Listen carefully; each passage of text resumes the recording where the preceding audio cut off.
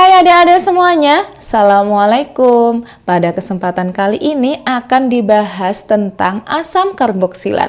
Penasaran? Simak baik-baik ya, jangan di skip biar benar-benar paham ya.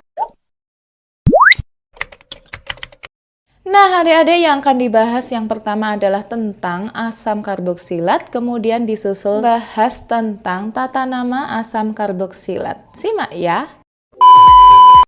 Oke, tentang asam karboksilat. Di mana nama lain dari asam karboksilat ini adalah asam alkanoat, yang mana memiliki rumus molekul CnH2nO2 dan gus fungsinya COOH. Kalau misalkan digambarkan strukturnya seperti yang ada di kotak warna putih ya.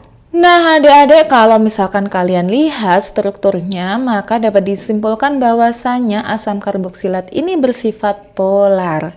Kemudian berdasarkan jumlah atom C pada rantainya, untuk senyawa asam karboksilat yang memiliki atom C sedikit biasanya berwujud cair. Kemudian jika jumlah atom C-nya lebih banyak, biasanya berwujud agak kental seperti minyak gitulah ya. Kemudian jika jumlah atom C-nya banyak, biasanya senyawa asam karboksilat ini berwujud padat. Nah, adik-adik perlu kalian ketahui bahwasanya asam karboksilat ini tergolong sebagai asam lemah, di mana semakin panjang rantai atom C-nya, semakin lemah sifat asamnya. Oke, tentang asam karboksilat sampai di sini dulu ya. Sekarang kita lanjut ke pembahasan berikutnya. Yuk! Tata nama secara ayupak asam karboksilat atau asam alkanoat, di mana di sana yang aku kasih warna merah adalah kata-kata asam alkanoat. Artinya penamaan secara ayupak ini yang mengacu pada kata-kata asam alkanoat ini. Oke, langsung aja kita ke aturan yang pertama adalah cari rantai induk. Di mana syaratnya menjadi rantai induk ini adalah rantai yang memiliki gugus COOH makin panjang dan tentunya memiliki banyak cabang. Seperti biasa kan? Kemudian aturan yang kedua adalah cari cabangnya. Seperti biasa, aturan untuk cabang ini merupakan rantai yang ada di luar rantai induknya. Dilanjutkan dengan pemberian nomor ya adik-adik untuk aturan yang ketiga, di mana untuk penomoran ini ada dua cara, yaitu menggunakan angka biasa atau menggunakan angka-angka alfa, beta, gamma seperti aldehid kemarin. Artinya kalau misalkan kalian menggunakan angka yang biasa, nomor 1 itu pasti dimulai dari atom C milik gugus fungsinya. Akan tetapi kalau misalkan kalian menggunakan penamaan alfa, beta, gamma, maka alfa dimulai dari atom C yang paling dekat dengan gugus fungsi asam karboksilat. Kemudian adik-adik untuk pemberian namanya, urutannya adalah yang pertama harus kalian kasih kata-kata asam.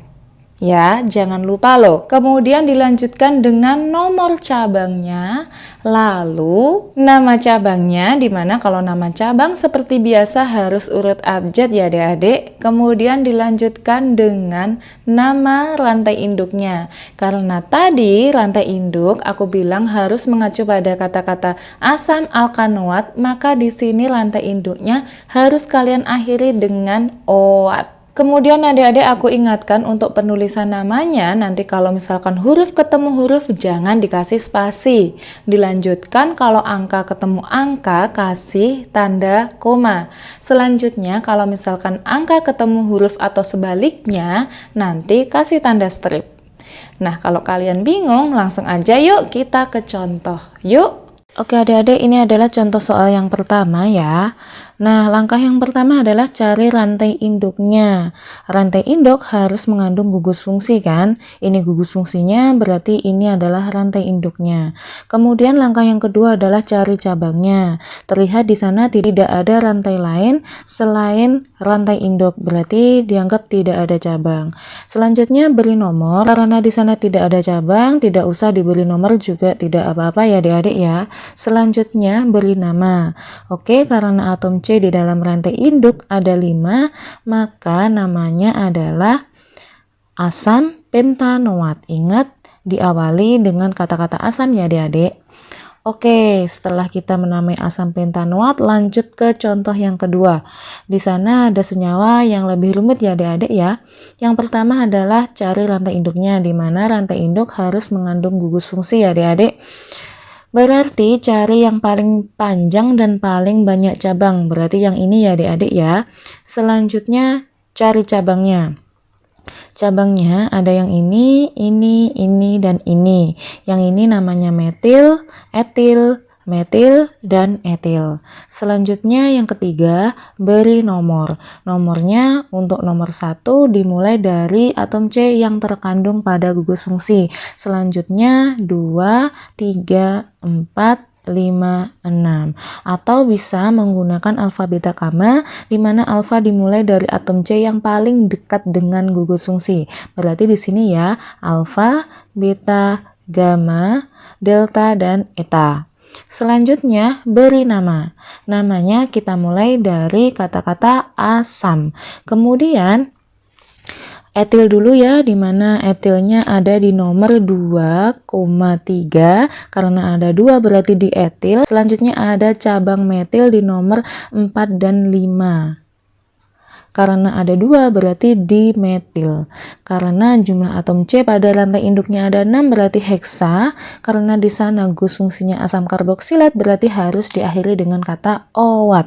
Asam 2,3 di etil 4,5 di metil heksanoat. Atau asam alfa beta di etil gamma, delta di metil heksanoat. Kayak gitu ya adik-adik. Oke adik-adik, karena tadi penamaan dengan cara IUPAC sudah, sekarang kita menginjak ke penamaan asam karboksilat dengan nama trivialnya. Di mana di sana yang aku kasih warna merah adalah tulisan asam karboksilat. Intinya, kalau menamai asam karboksilat secara trivial, kita mengacu pada kata-kata asam karboksilat. Caranya cukup mudah kok. Biasanya penamaan asam karboksilat ini didasarkan pada nama sumbernya, bukan berdasarkan strukturnya. Hal ini dikarenakan banyak sekali jenis asam karboksilat yang sudah diketahui khalayak umum atau orang banyak. Nah, kalian lihat tabel berikut ya. Pada kolom nama trivial, yaitu merupakan nama dari asam karboksilatnya. Bisa kalian hafalkan ya. Nah, kalau misalkan kalian masih bingung, langsung aja yuk kita ke contoh yuk. Ini adalah contoh penamaan asam karboksilat dengan cara trivial ya adik-adik ya. Di sana atom C-nya ada 2. Berarti langsung saja namanya adalah asam asetat. Kalau secara nama IUPAC adalah asam etanoat. Kayak gitu ya. Alhamdulillah adik-adik, tentang asam karboksilat sudah cukup sampai di sini dulu ya. Semoga ilmu kali ini bermanfaat untuk kalian. Jangan lupa like, share, komen, dan subscribe. Sekian, wassalamualaikum warahmatullahi wabarakatuh. Tunggu next videonya. Dadah!